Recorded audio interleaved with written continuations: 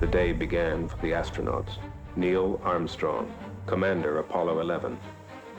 Dad was really just a regular guy, and he was pretty funny. I think most people that knew my father knew that he was a fairly quiet guy, but he could also open up, and he had a great sense of humor. But he had to always balance the responsibilities of the tasks that he was given with his family life and the public life, and that was always a challenge for him. Part of what's beautiful about Neil and what was important to this movie was that he wasn't someone who necessarily thought of himself as a hero. In many ways, he was a real-life superhero, but in other ways, these were completely ordinary people and often presented themselves as such.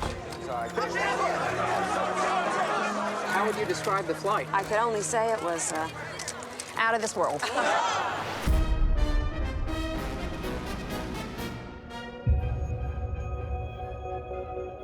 You know, it's widely known that Neil was this great American hero, but it's not so widely known that he didn't consider himself a hero at all. We'd like to give a special thanks to all those Americans who built those spacecraft, who did the construction, design, the test. He was constantly deferring credit to the hundreds of thousands of people that also made this mission possible. To those people, tonight we give a special thank you. You had 400,000 people all working incredible hours and putting their best effort into their piece so that it wasn't that failed, that caused us not to get to the moon. And when you have all those people working so hard, committed to something, amazing things can happen.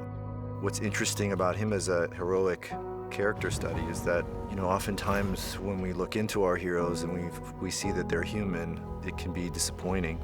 But I think Neil's one of the rare cases where his humanity makes him more admirable. We think of these people as larger than life, as though they just rolled out of bed with greatness in them, and, you know, they went to the moon because it was easy for them. And one thing we wanted to try to show with this movie was that wasn't the case.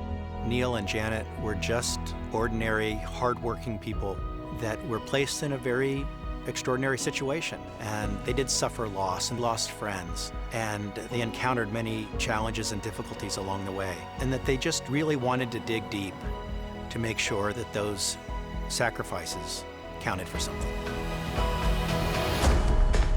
Hi. Are you okay?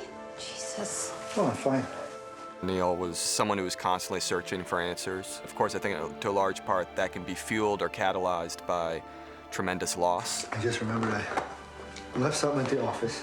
Even going back to his Navy days, Dad formed very strong friendships and lost very close friends. Someone in that position is left at times grappling for answers, grappling for some kind of meaning. I think he always felt that he needed to redouble his efforts to make sure that the things that he did and the way that he did them would honor those sacrifices. I think he was constantly trying to just get a new perspective on the universe, and the way he did that was by putting himself on the line and trying to go to that edge. But I think it came from that sort of very human, primal urge to figure out what our place is. If you just take, for instance, his sentiments on the moon, That's one small step for man, one giant leap for mankind. he had this incredible ability to see everything in its larger context. He could see a giant leap in one small step. He could see himself as a man representing his country, but also a human being representing mankind. It might be one of the most famous things ever said. It resonated so profoundly at the time, and it still does. It's something that's uniquely Neil. It seemed to permeate the globe with this overwhelming sense of hope.